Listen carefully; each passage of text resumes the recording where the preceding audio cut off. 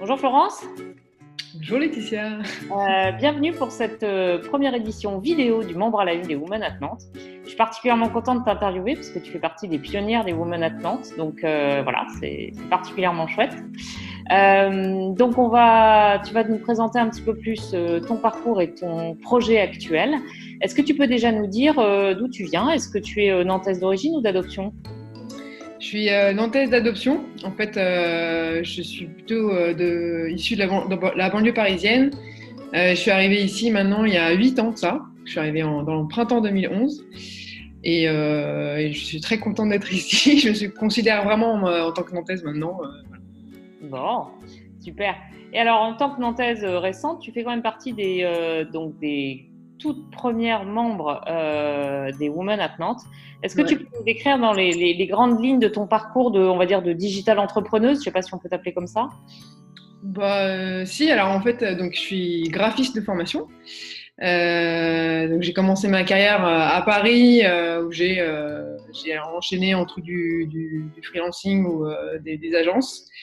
Mais le web a toujours, en fait, je suis graphiste en fait print, mais j'ai toujours été un peu dans le web. J'ai notamment eu comme projet de fin d'études un site de bons plans entre potes qui s'appelle Les Potirons.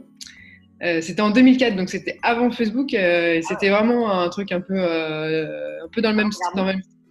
Et on avait quand même réussi à avoir 200 membres. Bon, bref, c'était la petite anecdote, mais j'étais déjà dedans en fait. Et bon, tout ça, donc je continue ma carrière à Paris en tant que graphiste assez classique, directrice artistique.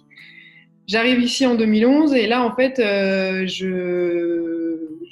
suis toujours un peu en relation avec un boulot à Paris.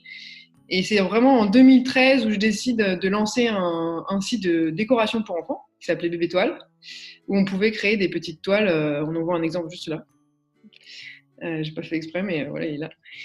On pouvait créer des petites toiles pour la naissance des enfants. Donc j'ai fait ça pendant 2 ans. J'ai repris un boulot de salarié en entreprise chez l'annonceur et ensuite en agence. Et là, en fait, je me suis sentie un peu faible au niveau du web et j'avais vraiment envie de remettre à jour. Donc j'ai repris une année d'études où j'ai vraiment formalisé ça, toutes mes compétences. J'ai attesté ça avec un diplôme, donc je suis vraiment web designer maintenant. Et toujours parallèlement à ça, j'étais toujours dans l'asso. Et puis après ma formation, j'ai intégré une startup Novasings. Et maintenant, cette année, en 2019, maintenant, je suis sur un nouveau projet, donc encore plutôt dans le digital. Donc, ça ne Donc, s'arrête jamais. ça ne Euh, s'arrête jamais, mais c'est ça qui est bien.